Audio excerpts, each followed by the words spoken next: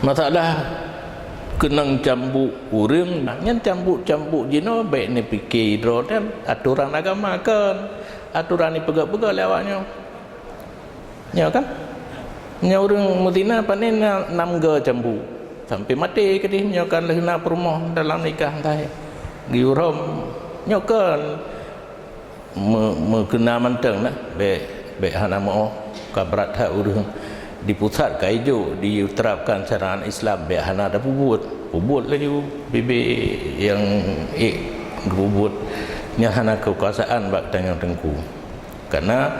bak tengku paling saran keputusan hukum tausiah yang pelaksanaan adalah pemerintah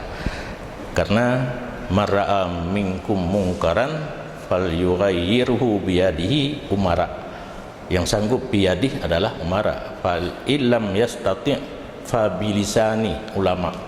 yang laganya bak beut fa illam yastati' fa biqalbihi urang awam